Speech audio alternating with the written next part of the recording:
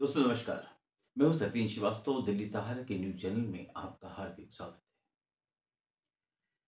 दोस्तों, राजनीति और सियासत दोनों का एक बहुत बड़ा मेलजोल है।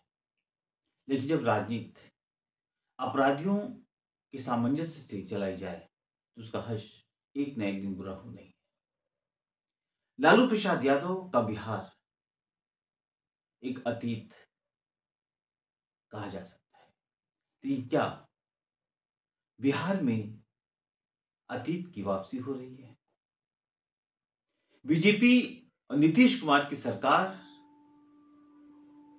के सामने क्या इतनी बड़ी चुनौतियां अपराधी बन गए हैं कि सरकार कुछ नहीं कर पा रही, वो बेखौफ अपना काम कर रहे हैं।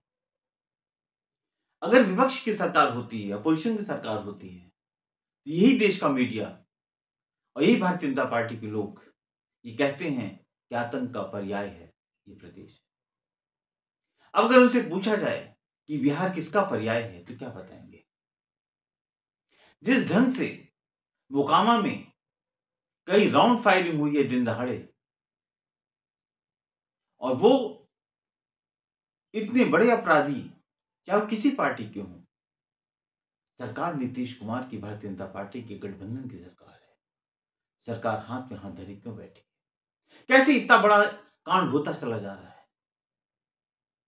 कभी सुना चाहता था ऐसा कि राउंड की राउंड फायरिंग हो गई? आज आज हाथ में हाथ धर के बैठी है सरकार।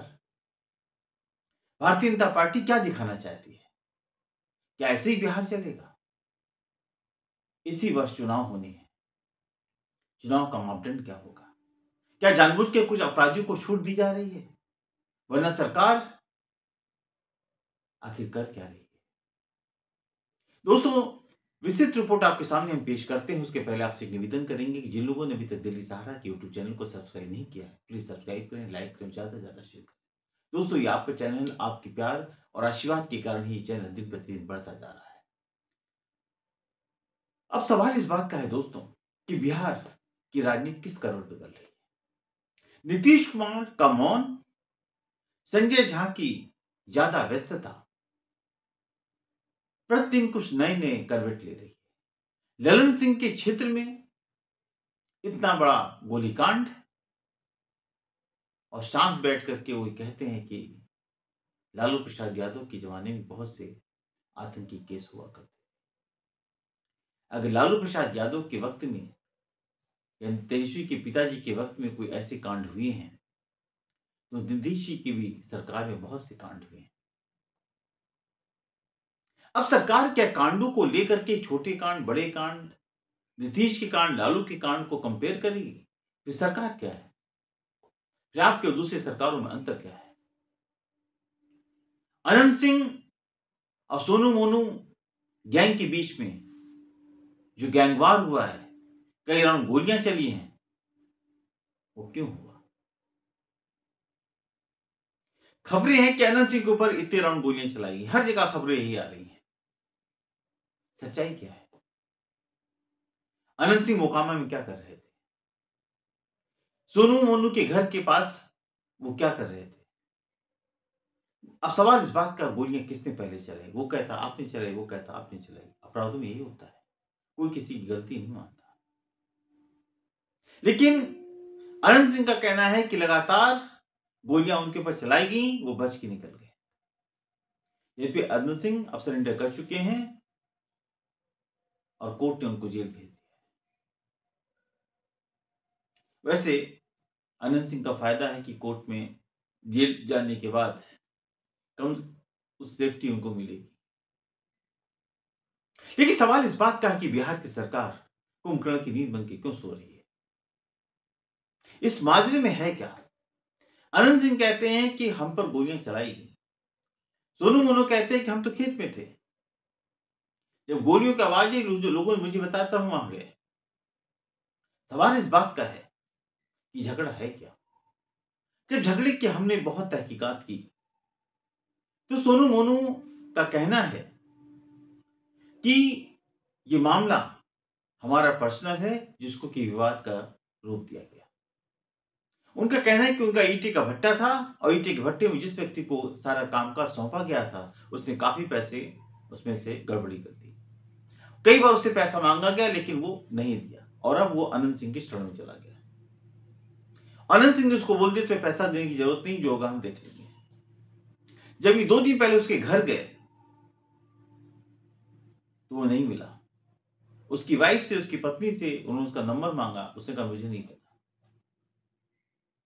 और उसके बाद अनंत सिंह लाव लश्कर के साथ मोकामा पहुंच गए सोनू मोनू के घर।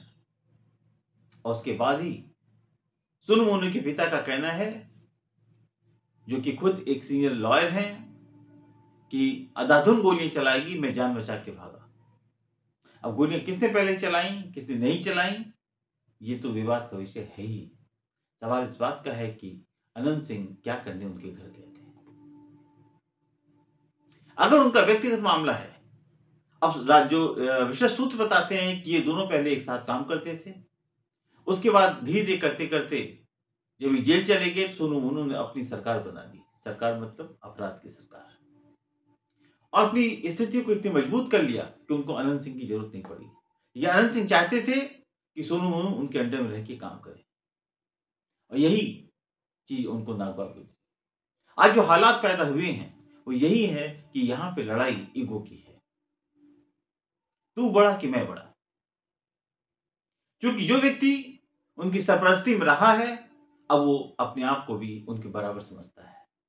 तो फिर एक म्यान में 2 तलवारें नहीं रह सकती, और यही सबसे बड़ी फायरिंग की जड़ है। लेकिन इस तमाम मुद्दों को लेकर कितना बड़ा अपराधी हो, किस पार्टी का हो, किस संगठन का हो, इससे कोई लेना देना नहीं। अगर एक गवर्नमेंट सरकार जहां काम कर रही है, जिसको अपराध मुक्त सरकार कहा जाता है, जीरो टॉलरेंस की बात की जाती है, ये जीरो टॉलरेंस है। राउंड की राउंड गोलियां चल रही, सरकार सो रही है। क्यों भारतीय जनता पार्टी की तरफ से किसी का स्टेटमेंट नहीं आया? अगर यही कांड किसी अदर स्टेट में हुआ था जहां इनकी सरकार नहीं होती, तब तक धरना प्रदर्शन चालू हो जाता। लेकिन ऐसा नहीं। क्यों? ये बिहार की जनता को भी समझना होगा, और भारतीय जनता पार्टी को इसका जवाब देना चाहिए क्या कि नीतीश कुमार की सरकार क्या कर रही है। इसी तरह बिहार पब्लिक सर्विस कमीशन के जो अभ्यर्थी थे, जो छात्र थे, उन्होंने आंदोलन किया, उनके ऊपर जो है लाठी डंडे चलाए गए, मारपीट के भगाया गया। किस लिए? क्या प्रदर्शन करना उनका हक नहीं था? सरकार शांत। क्या शांत रहने से समस्या का समाधान हो जाएगा? नहीं होगा। तो बिहार सरकार गलती पे गलती क्यों कर रही है? ये बदनामी सरकार की है, नीतीश कुमार की है, ये सम्राट चौधरी की है? ये फैसला लेना पड़ेगा। और इस गैंगवार को अगर तुरंत नहीं रोका गया तो निश्चित रूप से मानिए आगे एक बड़ा गैंगवार की दावत तारीख लिख दी गई ही बिहार सरकार द्वारा, क्योंकि जेल भेजने से ये गैंगवार खत्म नहीं होगा। क्योंकि सोनू मोनू ने बताया था कि जब दोनों जेल में थे तो वहां भी अनंत सिंह के लोगों ने उसको मारने की चेष्टा की थी, कोशिश की थी। यानी ये रोग थमने वाला नहीं है। ऐसे में बिहार के हालत और ज्यादा खराब नहीं होंगे, इस बात की कोई गारंटी नहीं है। लेकिन सरकार अगर कुंभकर्ण की नींद सोती रहेगी तो हालात दिन प्रतिदिन और बदतर होते जाएंगे। सोनू मोनू जेल में हो या अनंत सिंह जेल में हो, इससे बिहार में शांति नहीं होगी। शांति अपराध को कुचलने से होगी, जो सरकार करने से पीछे भाग रही है। इसका जवाब सम्राट चौधरी और नीतीश कुमार दोनों को देना होगा कि अल्टीमेटली खेल चल क्या रहा है। इनके पीछे कोई राजनीतिक वजह है या कोई किसी को सल्ट दे रहा है?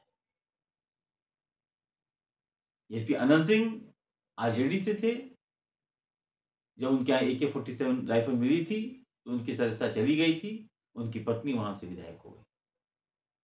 मियाँ विधायक हो या पत्नी विधायक हो, इससे मतलब नहीं है। मतलब सिर्फ इससे है कि बिहार में शांति कैसे वापसी होगी, बिहार का लॉ एंड ऑर्डर कैसे मेंटेन होगा। ये अपराधी जो सर उठा के चल रहे हैं, इनकी इतनी हिम्मत कि सरकार उन्हें ढूंढ रही है, पुलिस प्रशासन को ढूंढ रहे हो, ये सारे जो है टीवी इंटरव्यू दे रहे हैं, इनकी हिम्मत देखिए।